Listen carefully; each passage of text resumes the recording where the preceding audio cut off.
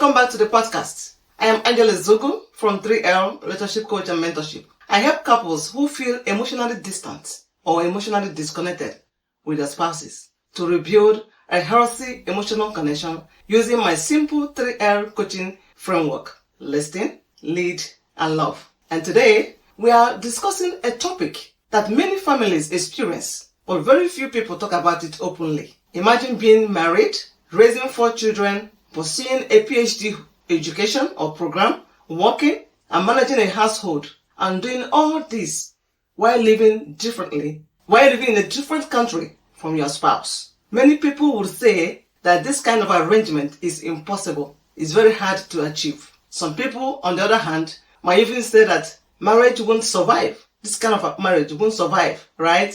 Because it's a lot of weight on one person. Others would even assume that distance automatically destroys connection. But what happens when 2 people remain committed to one another despite the miles, the sacrifices, and the challenges? Today's conversation explores exactly that. Our guest is a Nigerian wife, a mother of 4, a researcher, a PhD candidate at the University of Western Ontario, Canada. For several years, she and her husband have navigated the realities of international marriage while raising a family and pursuing their dreams. In this conversation today, we are going to talk about marriage, trust, sacrifice, motherhood, resilience, and what it truly takes to keep a family strong during difficult seasons. So whether you are married, you are single, you are preparing to marry, or raising family, or you are here alone by yourself and your children, pursuing education or a career, or simply navigating life's challenges, I believe there is something in this conversation for you today. So, grab a cup of tea, settle in, and join us for this wonderful and inspiring conversation. With that, please help me welcome our guest, Munirat Idris. Well, I'm so happy to have you here on this podcast, and I would like to get to know you better. Let our audience get to know who you are, what you do, what you study, and your family, anything we want to know about you. Okay, thank you so much. My name is Munirat Idris. Yeah, I'm pursuing my PhD here at Western University, Ontario. I'm doing my PhD in chemistry, and I'm in my final year. Hopefully, I hope to graduate soon from the program. Wow. And yeah, like she said, I'm also raising 4 amazing kids. Yes, and yeah, and the reality of the thing is, I'm also in a singlehood, motherhood relationship kind of a thing. I'm still married, legally married to my husband. Yes. My husband works abroad. Mm-hmm.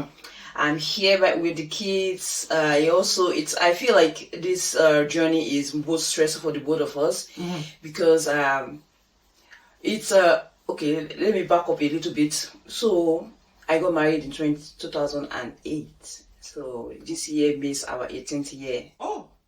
That we've been married together. Interesting. Don't look at it. Thank you. And then we've been married for since we got married, we have never lived separate from each other.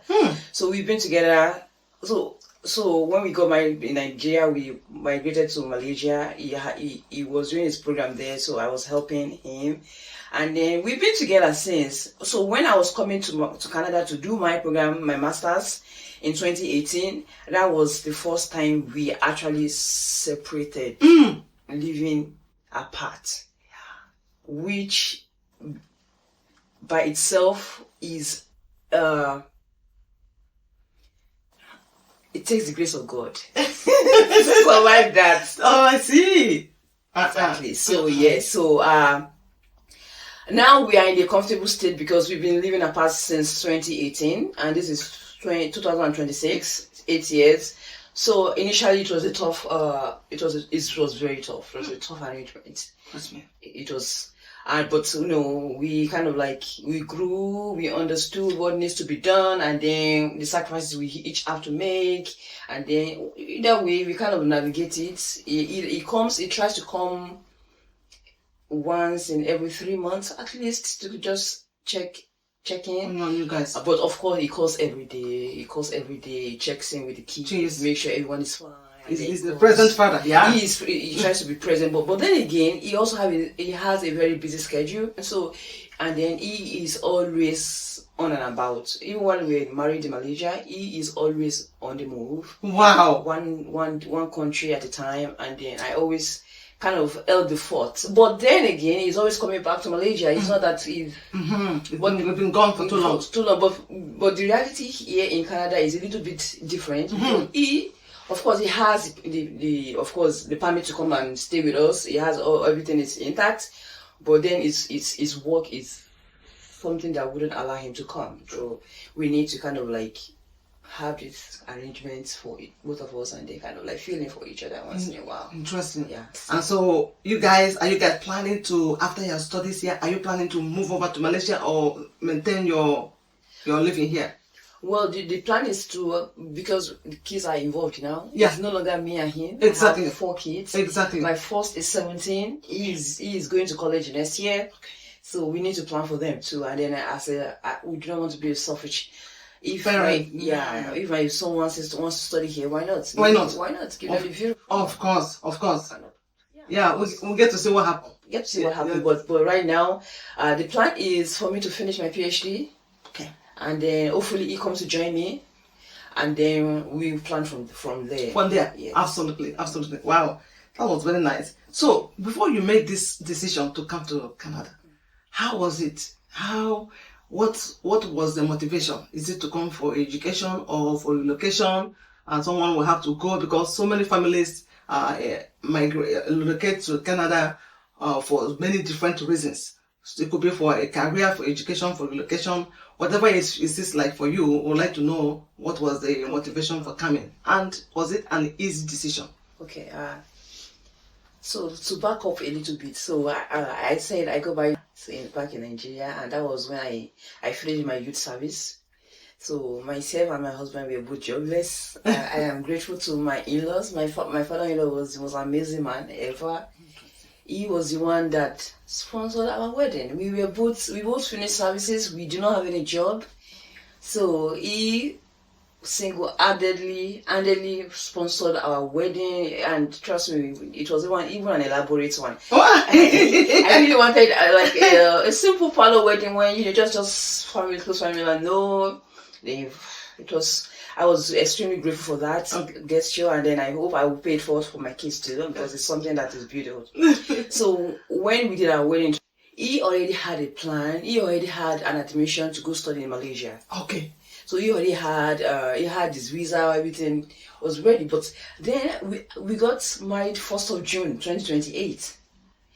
He was supposed to leave the country, I think 21st of June of the same month.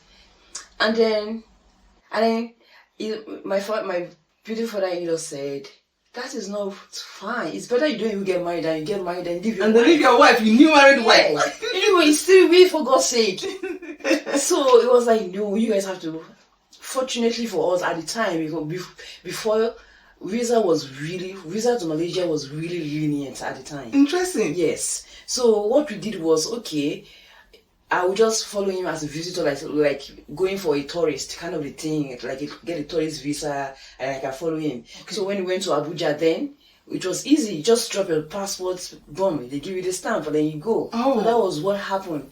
So 2018, then I was fortunate. My father-in-law still said, "No, you have to follow him." Gave the ticket. Give more like, yeah, you have to follow your husband in Islam. We don't separate newly married couples. You guys just got married. I'm very young too. Very young too, and then this time will take a toll on you guys. Exactly. So please follow your husband. So and that's how I followed him. Exactly. So the plan was the plan I had with my husband was, don't worry, once I go, I would sort the papers, you come. Okay. And then my father-in-law and I said, no, that's not you go with her. You just go with him, and then when you get there, you guys will figure it out. And then that is exactly what we did. I followed him, and we got there. Very nice. And then another thing I have to point out was I had a master's in Malaysia. Okay. But when I was doing my youth service, I already also put in my papers, my documents to see if I would get an admission in the same university with him. Wow. So when we got there, interestingly, they already gave me the admission, but they've not issued the offer letter to me. You know, they have to kind of like courier it back to Nigeria. Yeah. So they've not done that. So when I went to the admission office, they checked this and said, congratulations, we already have your offer letter, but we have not sent it. Wow. So with that, my husband was like, yeah, why not get started with your master's? So everything worked out. I got married, I started master's. So we started together. So our household was a student household. Interesting. And then that's how my first son came. Interesting. And so now you decided to, after having 3 kids. As a person that wanted stability, we wanted stability, particularly with 3 kids back in Malaysia. It's an evolving atmosphere. And then when I look ahead, I felt like my kids would not actually belong. They couldn't fit in. So yeah, these are what prompted us to kind of start looking ahead and be like, hey, we can't really, stay here for a long time. So we need to kind of like strategize, plan, and then, move. So when the time came, 2018 was when the opportunity came. I got my master's admission at Western to study civil and environmental engineering. My professional master's degree is a 1-year program. So that was when I pivoted. I took the kids with me. That was the first time I had to tell my husband, hey, it's a married, we are still, but we are moving, not because Malaysia is a great country, but we just need to plan for the kids. For the kids. The kids need to have like a better alternative. Oh, that was nice. Now, did you consider anything? Were you afraid of moving with 3 kids? Were there anything you were considering like can be a challenge for you? Oh, well, at the time, I will tell you the challenges that we faced when we first. So, let's back 8 years ago, 2018, when I first moved here as a new not as an international student with 3 kids, because I was an immigrant then. Oh, yeah. Student with 3 kids. So, the first challenge I would face is, the schooling time.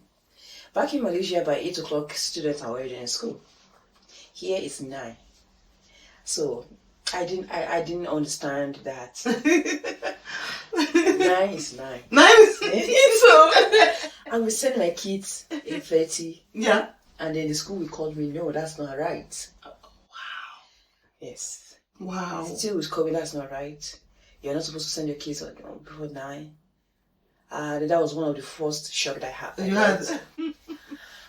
Then I'm like, so, and then after before school program, and then I was okay, is there any program that can help me? He was like, no, before school program is like you have to be on a queue.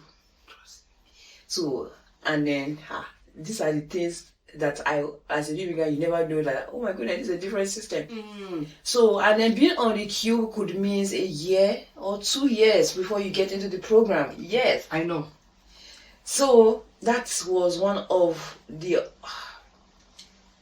challenges. That's one. Second challenge is, because I was doing a master's, professional master's program, our classes are usually in the evening. So they start the program like 6 p.m. we finish by 9. It's like in the evening. Wow. Now, when I brought my kids were of young age. 8 years old was my eldest at the time. And based on what I have learned or what I've heard is you can't just leave your child unsupervised. Yes. In this country. No. So another challenge was to find who is going to babysit or sit in with the kids. I remember, because I couldn't get aftercare, I couldn't get daycare for my little child 3 years at the time, because it's like I said, there's a waiting line. There's a wait list for you before you get to your turn. Before it gets to your turn. I know. So then I had to kind of hurry around, run to get someone to help me visit. Luckily for me, because when you first move to a new country, it's not car you want to get first. It's not all those. You need to kind of like understand how the dynamics work. So during one time, and then my husband too helped me. because he made sure we got settled in before he left back. Okay. Yeah, he wanted to go back to work, right? Yes. So before he left, while he was looking for where we could stay, our houses, a place to stay that is close to Western, he was the one. We came during winter. Wow. So during winter, with 3 kids, I couldn't do the house hunting with him. He did the house hunting for us. Right, so I had to trust his judgment, and then with snow, he actually got whatever was available at that time. At the time. So, and then we got those realtors that help you to look for houses or you buy houses. Yeah. His name is Brian. We still use him up till now. He's our to-go guy. Wow. So it was one that helped us to get a house. That was expensive at the time, but we didn't really care. It was winter. We just wanted to move in and have something in place for us to put our eyes on. So that's how we kind of like navigate that strong winter season with the challenges of having. So backing back to how I now got the babysitter. So we had to take taxi because it was same winter. I didn't understand the busing. The busing was a little bit complicated for us. Meanwhile, I've not gotten my one card. My one card is the one that gives access. So yes. We still have to take the taxi. So once to take the taxi, we talk to someone in the taxi, the driver, like, hey, do you know anyone that could babysit, that could do? Fortunately, we got one African. The driver, the guy who was the driver of the taxi, said, my mother-in-law also just came into this country. She's also looking for something to do. Oh, okay. So if you don't mind, I can connect the both of you. She can come and babysit for you while you go to your. That was how I got someone. And trust me, at the time it was super expensive. There was the designated day that I needed to come full time because I have to be in school. Wow. That's how I was able to work the arrangements. Yeah. So the first year was the most expensive, most strenuous year of my life. That was also the year I lived apart.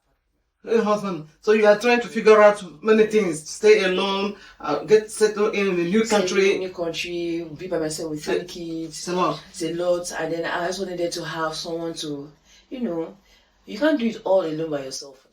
That's the truth. Do it all exactly. Alone. You need people to come and step in for you. I was coming to that. Yes. You need people to come and step in for you too. And that was when I realized that we need a community. To be honest, we do. Nigerians, we need to have community that helps each other. Yes. Yes. So were you able to, now you're talking about a support system. Yeah. What was the support system like for you? Because I was able to get the babysitter that came. The babysitter that I got was African, not Nigerian. Interesting. Luckily for her, she already had 2 or 3 of her kids here already. So they kind of form a mini community, you get what I'm saying? Interesting. Because some days she will be like, I cannot be able to come and... The arrangement was she will come to my house and sit and help me. Yes. But most of the time, she says, I have something going on and I know you have to come to school. For example, she has medical appointments. And then she knows I have to be in school. She will say, can you just come and drop? Because the only one that needed childcare was the 3 years old. 3 years old. My 8 and my 5 years old then had to go to school. They have to be in school. Exactly. So she was like, please drop her, and then I would. My other daughters will take care. She will finish her appointment and she will come back. Wow. So we were flexible. I wasn't a rigid person you must come to me. No, I also understood that people also had commitments. She is helping me. Wow. So I know that I have to pay her, but then again I have to also be considerate, understand the two of our situation. So I'm like, okay, ma'am, I'm not here. I'm not doing this. My right. I pay you. No, I don't do that. Exactly. I don't do that. No, I don't do that. I just let's have a common front. Wow. Let's work it out. I should have. This is my schedule. Yeah. She's like, okay, let's set my schedule too. Amazing. And then we formed a bond. It's beyond now. It beyond. I employed. No. It was more like a sisterhood. Wow. So we had formed a sisterhood. Amazing. Or an auntie. She was older than me. I look up to her as my aunt.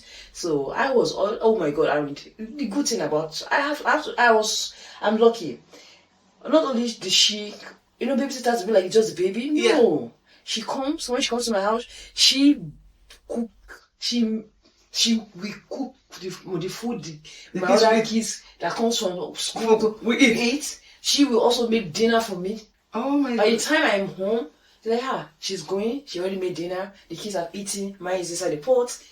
Please, feel free. Amazing. I have to go. Oh, you are so lucky. I fell in love with her. I mean, how will I not fall in love with her? That is my life. Yes, yes. It was amazing. And that made the journey That made the journey a little bit better. She, like, trust me, it was beyond wow. employer-employee anymore. Wow, So amazing. She became part of my family. I became part of our family. I gave it to her. Yes, I met her husband. I met her kids. I met her grandkids. We bonded. You know, I believe that so many immigrant families are having the same experience. Yeah. But when we come here first, we don't know where we are. We are looking for our footing.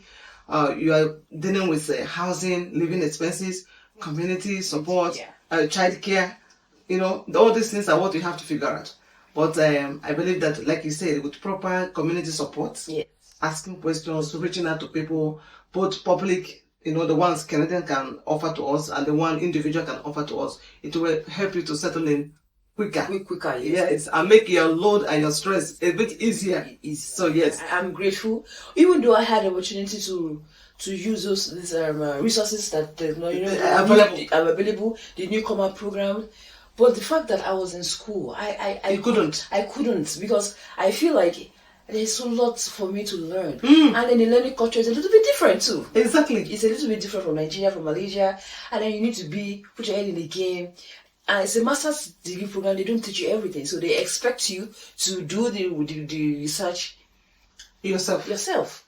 Do it yourself. There's so much expectation. And there's so much expectation. And then coming from Nigeria, oh my God. It was a lot to learn. To learn to juggle. I'm grateful that I was able to. Because the thing is, if we are able to kind of like solve the ones, like when I was able to get my babysitter and she solved that problem of the kids. Yeah. I switched. I was able to kind of like focus a little bit on your schooling work. Yeah.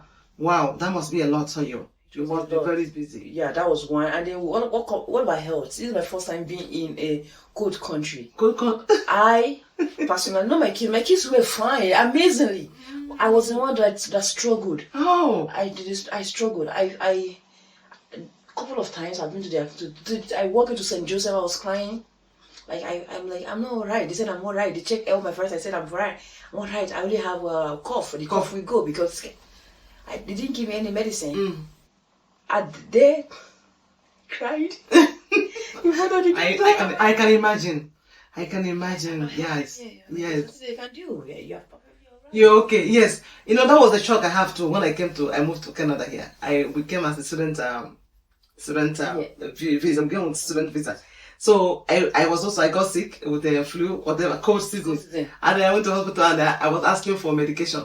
And they told me, no, you're perfectly okay. Your system will work it out. And so it was a learning curve for me too. We had to begin to learn. So, is that how this I don't hear? Okay, you are teaching us what to do. And then, but of course, by and by, you get used to the system.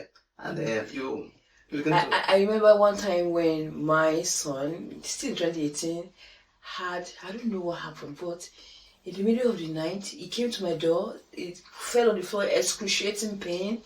That he doesn't know what's on. I rushed into the hospital. Trust me, you would think that by the time it will not be busy. Yeah.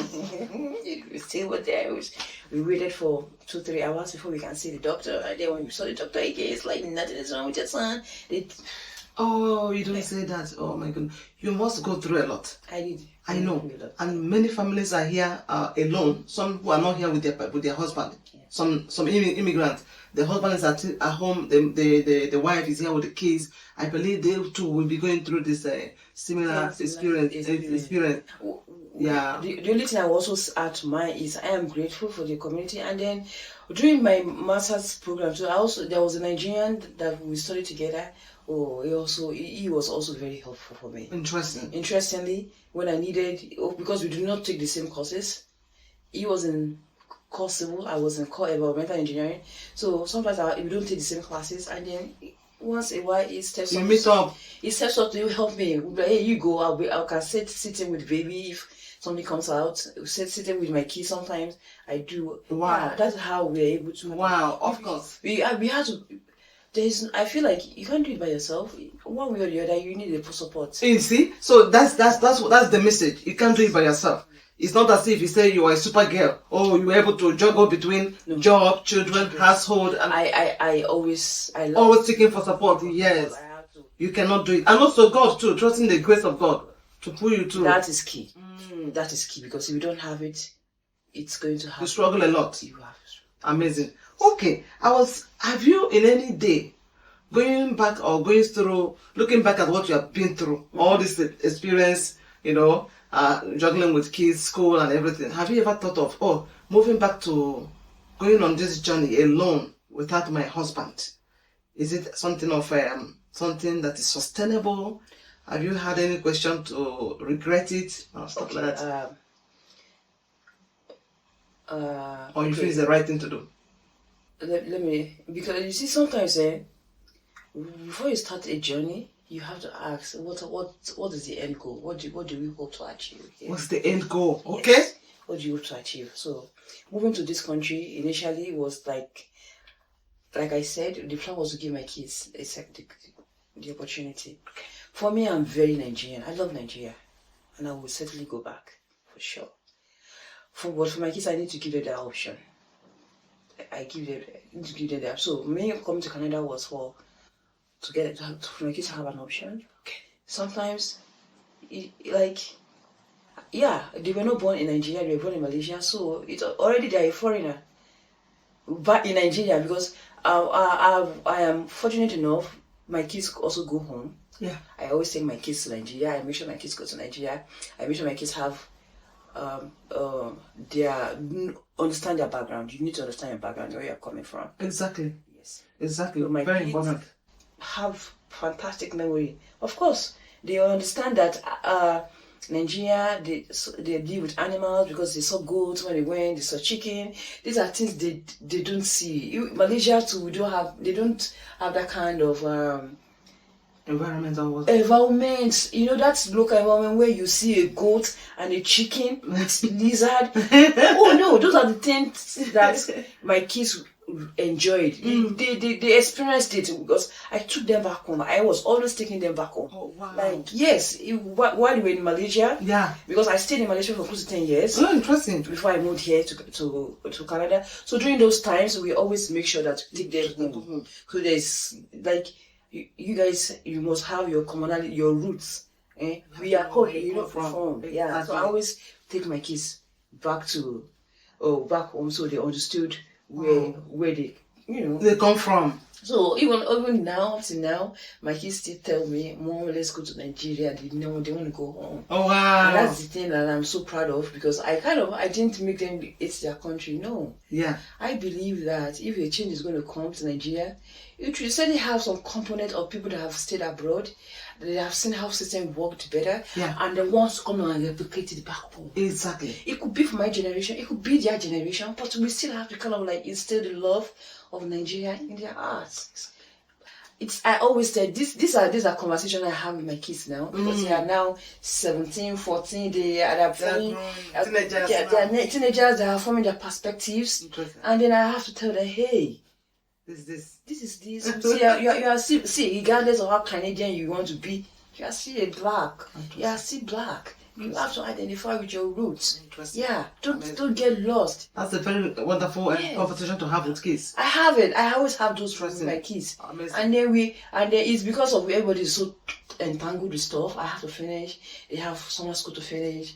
Ideally, summer is the time we always love to travel. Interesting. But because I have to anchor down and finish, I'm like, this year is the year we need to just do something. Finish and focus on our let me finish, and then we can go home. Amazing. My kids they are on my neck. They are the one on my neck. Like, Mom, we need to go back home. I want to see my grandma. My kids said that I want to see my grandma. It's been like 8 years that they've seen. The last time they went to Nigeria was 2017. So it's been a long time they've been to Nigeria. So they want to go home. They want to connect. Wow. They want to see their cousins. That's amazing. Yes. That's amazing. And you're keeping on with identity. Yes. Good job. You're doing a good job. Okay. Now, one question. Moving away from your husband, and before I go to this question, you said that I was asking you, do you have any time to regret coming back or moving away from your husband? And you say no. The important thing is to know the vision, to know the end goal. What are we doing together? So it's a communal effort. We plan it together. It's not as if it's done out of selfishness. Or no, we have a goal both of us want to achieve. And that goal will come with some kind of responsibility. So you don't come to see it as if it's true I'm taking so much, the load is on me, but it's for a good cause. Yes. It's for a good goal. It's for a good, we have our vision that we want to achieve. So I want to point out that you don't see that you are suffering per se. Even if I'm suffering, it's for a good cause. We are all in it together. We are all in it together. I don't see that suffering because where he is too, it's not easy for him too. It's not also easy for him too. Yes. He's also, my husband is oh my God, my husband loves his kids. He loves being in their company. He loves the little conversation that comes when, those little silly conversations that kids make, that doesn't really make sense. Yeah. But kind of you flow along with it. And so you flow along to so, make them feel good. Good, right? My husband also misses that too. And then I feel like it's not ideal to take that away from him. Exactly. He also needs to also kind of like grow with the kids. So actually he calls every day. And then comes to visit. He comes to visit, but it's not the same thing. It's not enough. It's never enough. You get what I'm saying? I agree. It's never enough. So you're having his own share of suffering. And then we kind of like come together and be like, hey, we are right now. The pressure is on him to come and sit in, man. Just sit in and do the thing you need to do and get this thing. But it's always oh my goodness, what's my family going to eat? I'm like, hey, it's Canada. We always figure it out. We always figure it out, and we got it. You've got it, and then we kind of pull ourselves together, and then we are always, like, of course, marriages there's conflict, of course.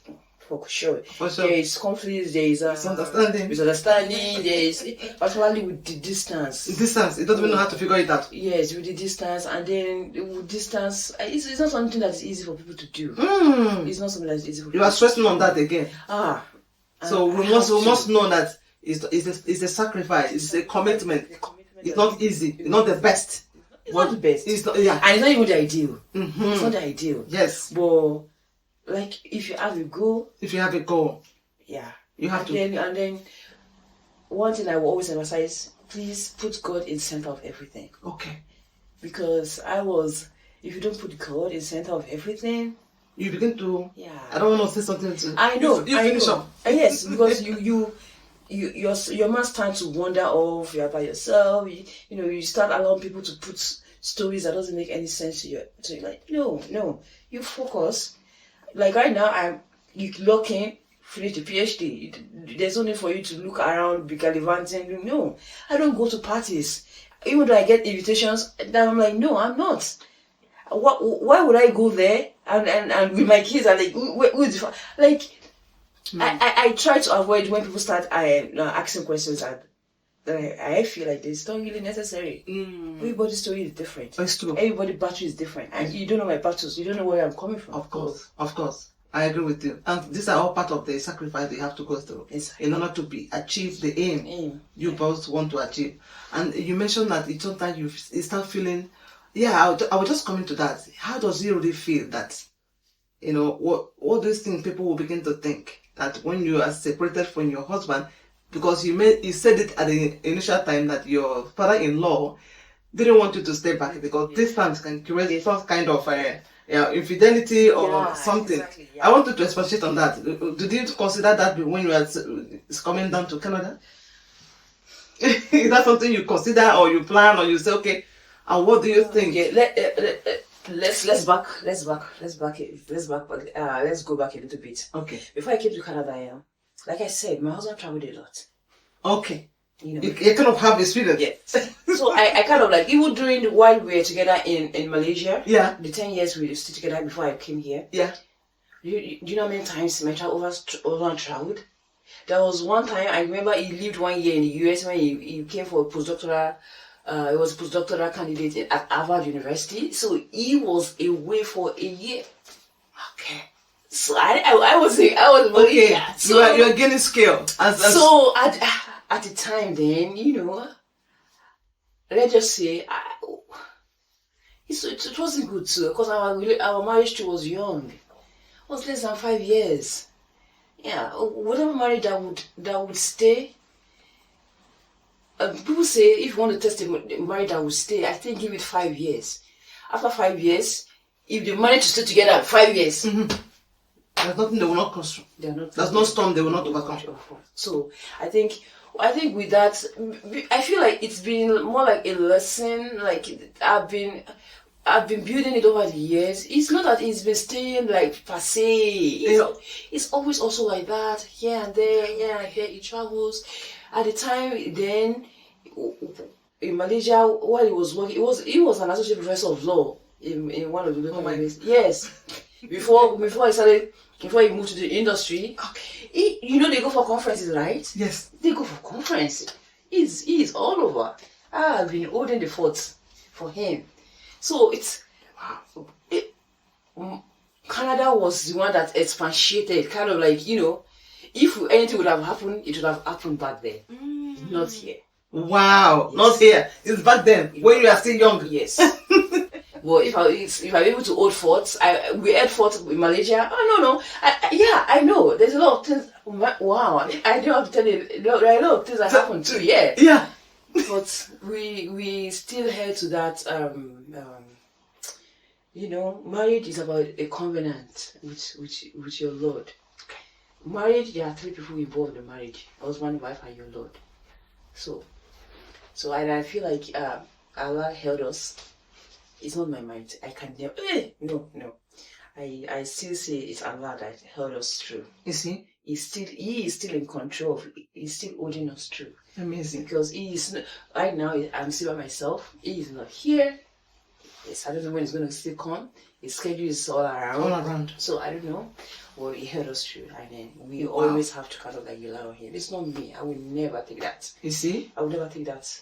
It's amazing that God is keeping her and the husband, and the covenant is commitment you made to each other. Those promises, that trust you people have built over the years by who you are. Yes. Because who you are determines what you'll be tomorrow. Okay, there are values and standards you have already incurred in your life, and I will never do anything to betray those facts. Those standards and identity is what is keeping you and your husband. And with God in the center, everything locks in. Amazing. And I was just going to back it up by asking, what do you think that can keep 2 people? With 2 people who are who are not living together, what are the values do you think that can keep them together to maintain trust? What the first thing I said is your trust in God. Yeah. As I said it before, God is the center. In fact, let me reframe the question. Okay. What keeps a person faithful when nobody's watching? It's God. God. Yes. The covenant you made with God. God. Remember, He's not here. My husband is not here, but God is with me all the time. And He's watching us. Yeah, He's watching me all the time. Trust. And then, as a Muslim, we particularly hold our Lord. We know that our Lord watches every single act, not only act, even the thought. You have. As long as the thought you have, the love of God, your love of God should be more than the love of your husband. Exactly. So once you love God, you love His principles that has been ordained in the Holy Book in the Quran. Trust me, everything falls in place. Oh wow! That is how I held mine. I loved my Lord more than I loved my husband. Trust me. So because of the love of God, and then in our Holy Book, it's a major sin if you do adultery. Yes, it's a major sin. Trust Him. So with that in mind, that is what anchors me. It's what I hold it in, and I told myself I would never. So with that, I could weather anything. I was comfortable. I don't go beyond what I'm supposed to go. Go. I stay in if I'm not, like, because I'm here, ideally I'll be in my house. Trust it. Doing stuff. If I'm not in my house, possibly I'm in school, because my supervisor is a little bit, he wants stuff done, and then I'm doing my work. Trust him. I don't go. I don't school. Wow, amazing. God, amazing. From what I have gathered from what she said, is moral standard. Spirituality. It's God. What is it? It's in. I have to lock in because it's Loving God more than any other person. Even more than your husband. So even when nobody's watching, even though I'm not here with my husband, I don't need him to be here for me to trust him. Even when you're living together with him, if you still want to, you can still do it. The person will not know. So it's all about morality and what you believe, and holding on to that standard is what will guide you anywhere you are. Yeah, and then it's the same thing. He also applies to. Interesting. We both apply to the same. While I can't vouch for him, I can do vouch because he's a man of morality. He has his own standard too. But then again, we put Allah as our center. That's our, our God is what anchors us in. So wherever he can be, any part of the world, I don't bother. I don't know. People say I'm weird, but that's the truth. Like, what would you do? Even though if he's doing all that, what would you do? What would you do? Exactly. Like, ask me that question. What can you do? What can you do? Exactly. Don't stress. Don't put your mind security on those areas. No.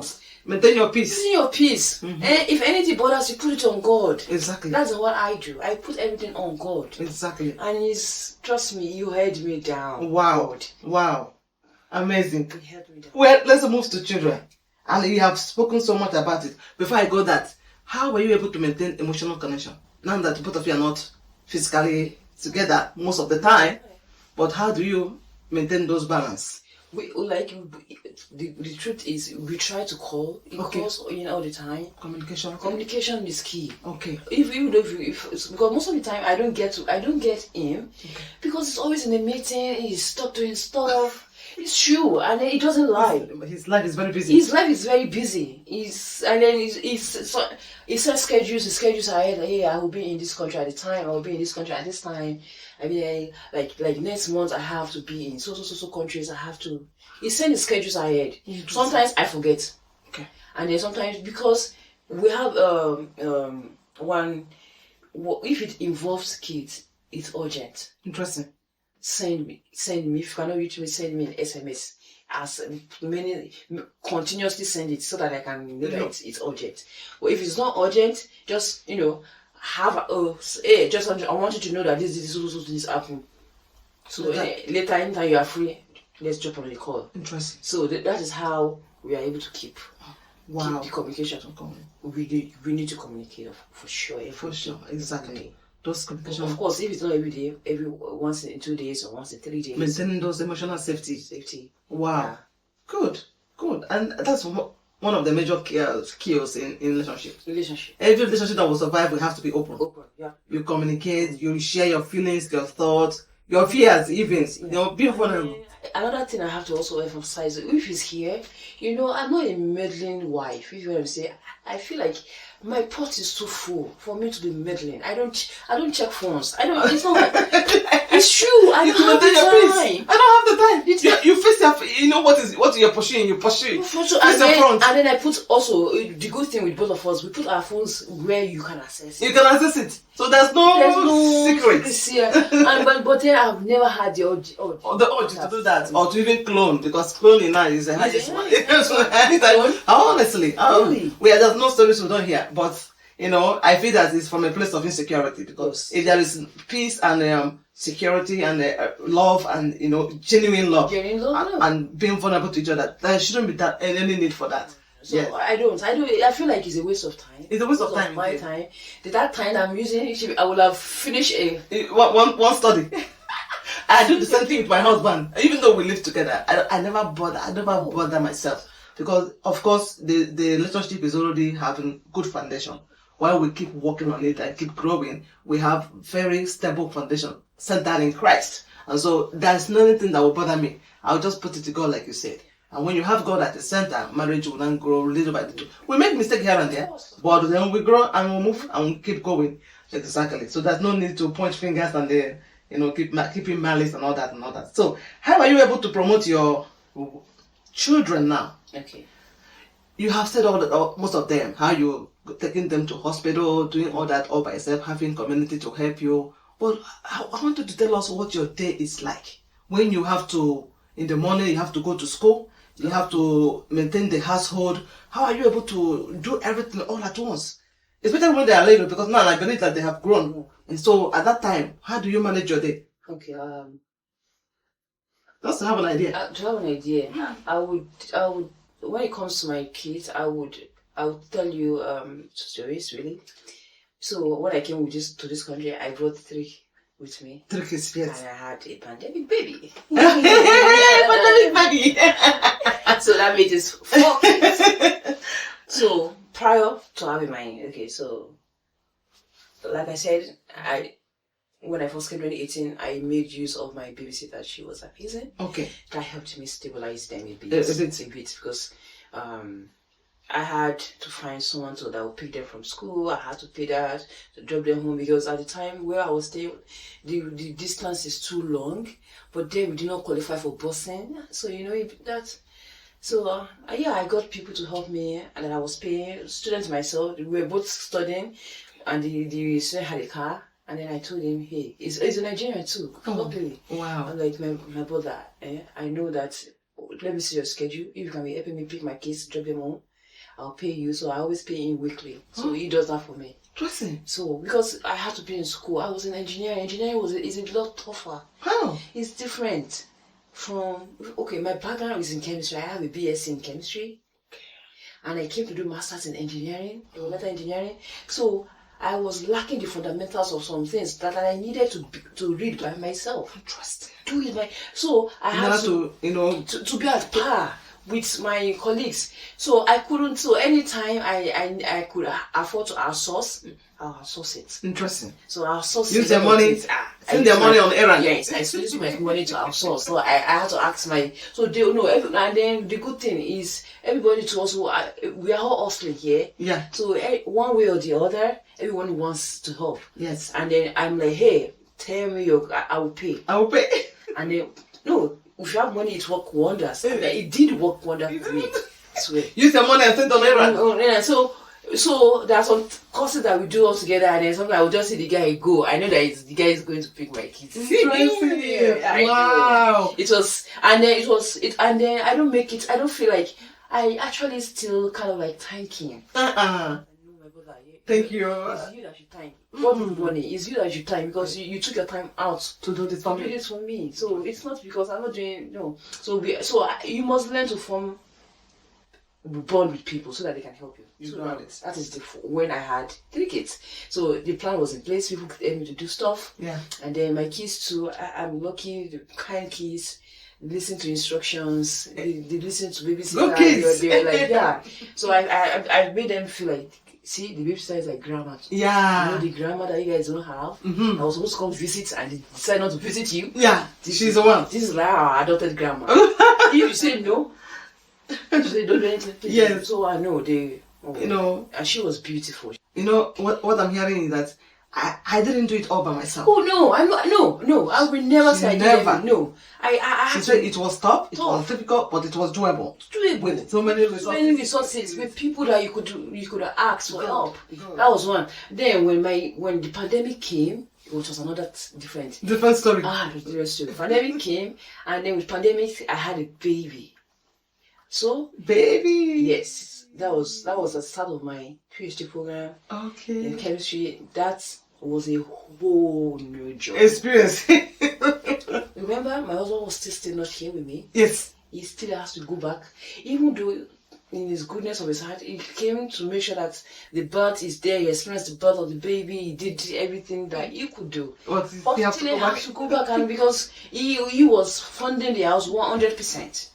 In my household, even up to now, we don't do 50-50. He funds everything. Can you imagine? He funds everything. So this must be a good husband. Oh my goodness! Let's give it to him. Let's give it to him. He's fantastic. He doesn't do 50-50. He completely funds everything. Everything. You don't have to stretch on that angle. Yeah. Even if you choose to work, you just out of love, I chose to work because I see part-time. I do part-time right now.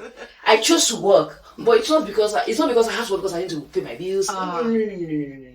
Bills is being paid off. I'm just doing it because I feel like wow. If I want to go back to the work job market, when there are too many gaps, you tend to start interesting. to say stories to your employer and how to employ you. So you get what I'm saying? So that's the reason why I'm working. Wow. So when I had a pandemic baby, because going back to your question, pandemic baby, I was fortunate again. This time around, I didn't get the babysitter because my babysitter, she left. Oh, interesting. I had to go on what they call looking for. They call them private childcare services. They are here. Yeah. Yes. So the one I used was WeWatch. WeWatch childcare. Okay. It's a private. So people will kind of use their basement as a daycare, and then it's the organization that will now link you. Interesting. To the person. So for my pandemic baby, I reached out to the organization, so they sent me some people to go and check. So the first person they sent me to was another sister. Oh, this is good, man. I found another sister. In love with her. I fell in love. I didn't. They gave me other options. I told the we were like, I'm done. This guy. I didn't even bother to check. And then that formed again. You know that I always say you need a family here. It's true. It's not they do not need to share your blood. Mm-hmm. She made Yasir's childcare fantastic. Wow. I'm telling you, I dropped the boy 4 weeks. He taking care of. She nurtured him. She says Yasi is my third son. She has 2 boys. It's my third son. She nurtured the boy. Wow. So, two things I would say: God and people. You need people. You need people. You need people in your life to make the work easier for you. Easier. So okay. I will not say I did it myself. Okay. I have a community. So what has this journey taught you about marriage? Few words. It's always about sacrifice. Okay. It's not about it's good or bad, or I'm right or you are wrong, It takes 2 to tango. You have to run as a team. It's a team. It's a team. It's a teamwork. Okay. And then because it's an international border, we are in thousands of miles away from each other. Communication is key. Okay. You must communicate. Locking, checking. Even though it's one text, hey bro, how's it going? That's what I do. Just checking in. God, I had a great day. Today was a little bit stressful, but the kids, everyone is fine. This one's amazing. And then you also say, I'm fine. I'm also doing well. I'm surviving. Things are good. Yeah. And then once in a while, when we have the opportunity to kind of go, we go visit him because he does most of the traveling. But once in a while, I take the kids. We go and visit him. Amazing. Like, you've been doing a lot of the traveling. Let's do now. Now. Wow. Let's do traveling. And my kids love to travel too, so yeah.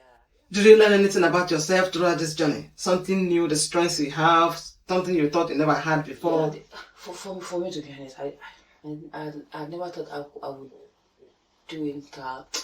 If they had told me, hey, Muni, your journey will be one stage of your life, you will not be with your husband. I would say, before I got into the marriage, I said, no, I can't do that kind of thing. I don't have the capacity for that. I'm a baby girl.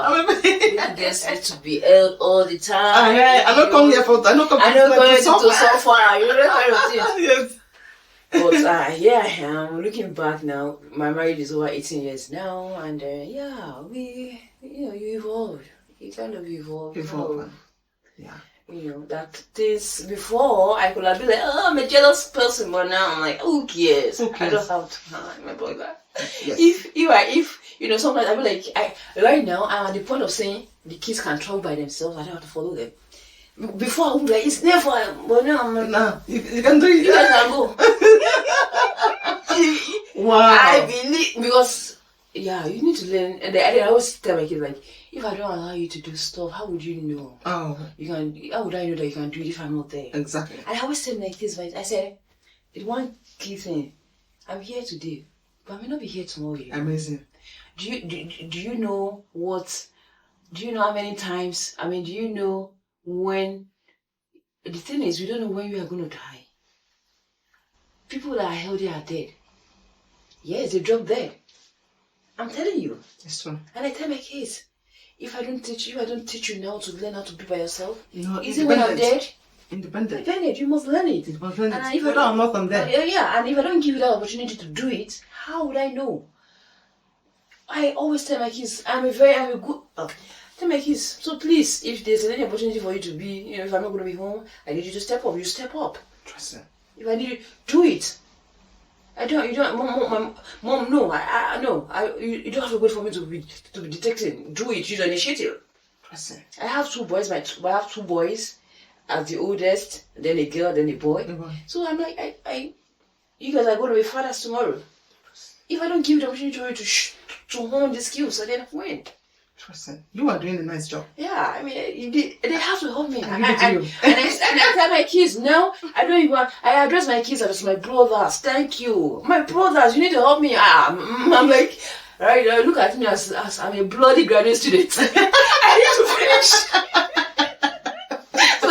You guys need to key in and help your sister out. Help yourselves. Wow. Help your sister. I'm like, hey, never saw my daughter, mother. You're my mother. I'm like, my sister. I'm your sister. Yeah, your sister. You know why I'm laughing? Sometimes when I make a mistake with slip of song and I'm laughing, I say, oh, my sister. My daughter will say, who is your sister? I know, right? My girls are usually even. My boys, they're kind of like, mom is just, I used to, my brother, you need to lock him. You need to help me, you need to lock him, you know? But you need to help them, you need to give them that confidence that I believe in you. I believe in you. I trust your judgment. Yeah, I know you are a child, you could make mistake, but I will not hold it against you because it's a learning curve for you. Exactly. It's a learning process. Exactly. If I don't give you that chance to do it, then how? We never learn. How will you learn? And grow and be mature. And grow and be mature. And you are going to be a man. I give it to you. Yeah. You are doing a wonderful job. What am I supposed to do? Okay. How are you able to promote your well-being and energy? About well-being and energy. Okay, let's back a little bit.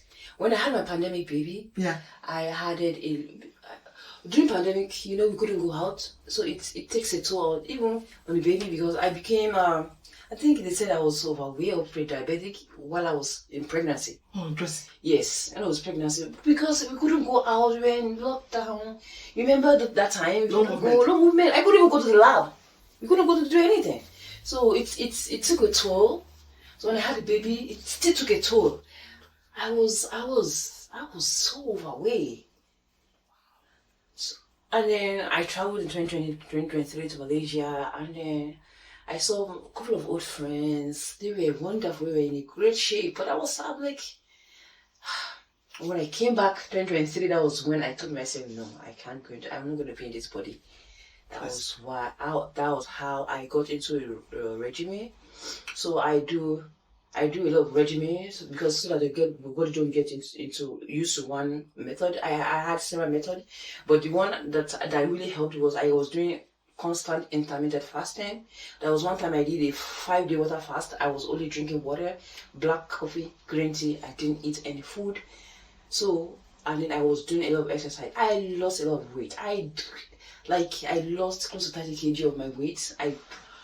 Oh no, I needed to because I wasn't in a good shape. I was having arthritis. My knees. I couldn't walk. I'm like, how old am I? I wasn't even 40 at the time. I'm like, so I was like, no, this lifestyle is not good for me. So since then, 2023, I monitor what I eat. I go to the gym every day before I go to my lab because university has a gym. So I very early in the morning, by 6:30 I'm there. I do my workout by 8:30 max. I'm out. Go straight to my lab, do work, and in most days I don't eat. While I'm in school, I don't eat. I try to maintain at least 18 hours of fasting, 6 hours of eating. Sometimes I do 20 hours of not eating, 4 hours of eating, and then most days I go on a 3-day water fast or 5-day water fast. You don't say? Yes, that's what I did. And you do a lot of workouts? Yes. Wow. I do a lot of workout. I do mostly what I do at the gym. I do a lot of strength training. Strength training is I deadlift heavy. I deadlift heavy so that I can. Right now, I'm trying to. I have visceral fat, so those visceral fat are the non-visible ones we cannot see. Yeah. But they are close to my liver, my heart. So for you to be able to target those, you need to do a lot of strength training. because strength training helps you to kind of like pull your strength from within, from the core. It's not something you can, it's from the core. You feel that something is pushing you to do something. That is how you have to kind of, otherwise we're able to get into the visceral fat. You don't say. So it's been, and oh my goodness, it's a medicine by itself. Oh, my attention span goes out of, like by the time I'm done with the gym, Yeah. and I go straight to the lab, Yeah. to do my lab work, it's like the brain is fired up. You know what you have to do. You don't get sluggish when people say I need coffee. You don't need coffee. You go straight to it. Wow. It's a beautiful thing that has been how I'm able to maintain my well-being all these years now. I've been doing it back to back. Wow. There's no way I can, even if I finish my degree and I do not have access to the Western gym, You will still register I will somewhere. still register somewhere, for sure. This is good, and it's encouraging every woman out there that's working out, exercising is very good. It's very good. For any reason at all, for keeping fit, for health. Then, Yeah. the last caveat to it, please try to sleep 6 to 8 hours. The Sleep well. oh my gosh. If you don't sleep well, It will affect you. it will affect you. Sleep itself The medicine. is a medicine Interesting. to weight loss. See, it's not as if you are feeling lazy. You're wasting your time when you're not sleeping. Okay. Well, I think we're almost coming to our end of our discussion today. It's been so wonderful sharing your amazing wisdom with us. And what would be your final advice to all the women, especially the immigrants, Yes. who are doing anything here alone by themselves, but even with their spouse, navigating life challenges, career, education, feeling, what my advice would be, know yourself, know your Lord. If you're a Muslim, please know your Lord. If you're a Christian, know your Lord. Because the human psychology, like ideally, we can't just be relying on our strength. I can do that. But I know people don't really believe in the spirituality of things. Mm-hmm. I do. I do too. Because it's in a way it calms you. If I can say it better, in a way it brings a perspective to you that it's very uncommon. Some people believe you grind. No. I don't believe in grinding.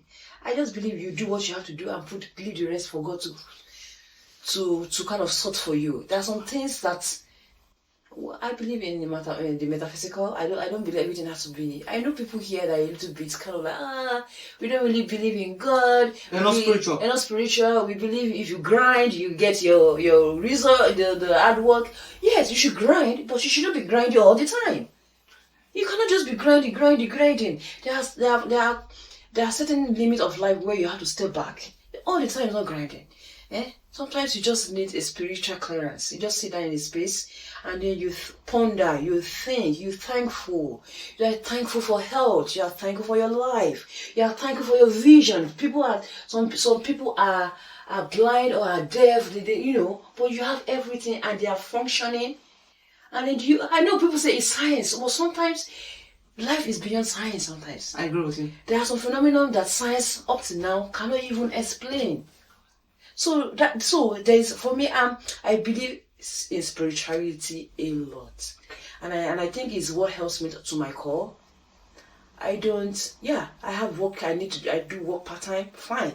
It's not necessarily what is going to feed my family. I just do it because, I just wanted to do something. Exactly. Sometimes I need a distraction from my work, from my thesis. It's boring if you are doing chemistry, abstract chemistry itself, it's boredom. Yeah. But sometimes when you step out, you go to another sphere, and then you step back in. Trust me, it's a beautiful, like you'll be able to look at things from another perspective. Amazing. So that's how I be very spiritual. Yeah, put God in center of everything you do. Okay. Take care of yourself. Your wellness also is key. Take care of yourself. Your wellness. Your wellness is key. Your physical health is key. Yeah. Make sure you sleep. Make sure you sleep 6-8 hours. Okay. Drink lots of water. Water is key. Yeah. Key. Avoid junk food. I don't eat junks anymore. I don't eat rice. I don't eat carbohydrate. I don't eat bread. I don't do all this anymore. I try to be clean. I eat fiber and protein, lots of water. And then most times I go, I try to do like 5-day detox every 6 months, but in a week I try to do like 3 days detox. 3-day detox. I eat on Monday by 12 noon. I don't eat till Wednesday.